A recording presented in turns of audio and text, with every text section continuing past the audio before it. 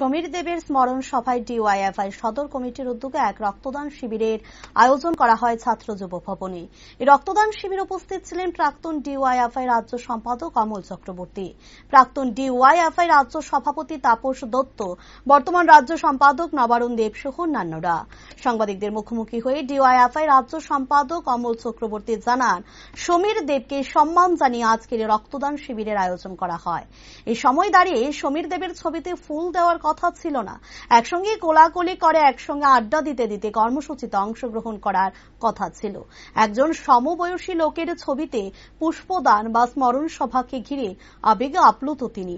শারীরিক অনেক বাধা অতিক্রম করে কর্মসূচিতে আসার সময় অনেক নিয়মিত ছিল সমীর দেব। বর্তমান প্রজন্মের ছাত্র যুব আন্দোলনের বন্ধুদের কাছে একটি শিক্ষা।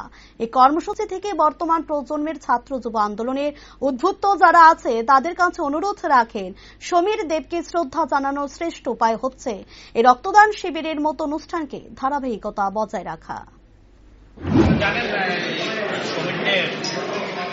ব্যক্তিগতভাবে আমরা যখন যুব আন্দোলন করি, দীর্ঘদিন একসাথে আমরা কাজ করেছি। আজকে বর্তমান যারা যুব আন্দোলন করেন তারা একটা উদ্যোগ গ্রহণ করেছেন। এই সমীর দেবের কাজকে সম্মান জানিয়ে সমীর দেবকে স্মরণ করে তারা একটা রক্তদান শিবির এবং সমৃদ্ধ আলোচনা সভার আয়োজন করেছে।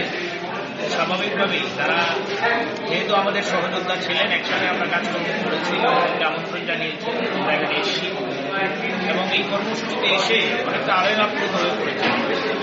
এই সময় তো সমীর দেবের স্মরণে কথা বলার কথা ছিল, সমীর দেবের ছবিতে ফুল দেওয়ার কথা ছিল, একসাথে গলাগলি করে একসাথে আড্ডা মারতে মারতে কর্মসূচিতে অংশগ্রহণ করার কথা ছিল। আমাদের প্রায় সমবয়সী, যদিও আমার থেকে একটু সিনিয়র, আমি দাদা বলেই ডাকতাম, একটু কাছাকাছি বয়স। এরকম একটা সময়ে আমরা আজকে সমীর দেবের ছবিতে ফুল দিচ্ছি, এটা অনেকটা আমাকে আবেগ আপ্লুত করেছে। আপনাদের কাছে বলতে কোনো দ্বিধা নেই, শারীরিক অনেক বাধা উপেক্ষা করে কর্মসূচিতে আসার ক্ষেত্রে দারুণ নিয়মিত ছিল কমরেড সমীর দেব, এবং এটা আজকের প্রজন্মের ছাত্র যুব আন্দোলনের বন্ধুদের কাছে শিক্ষা।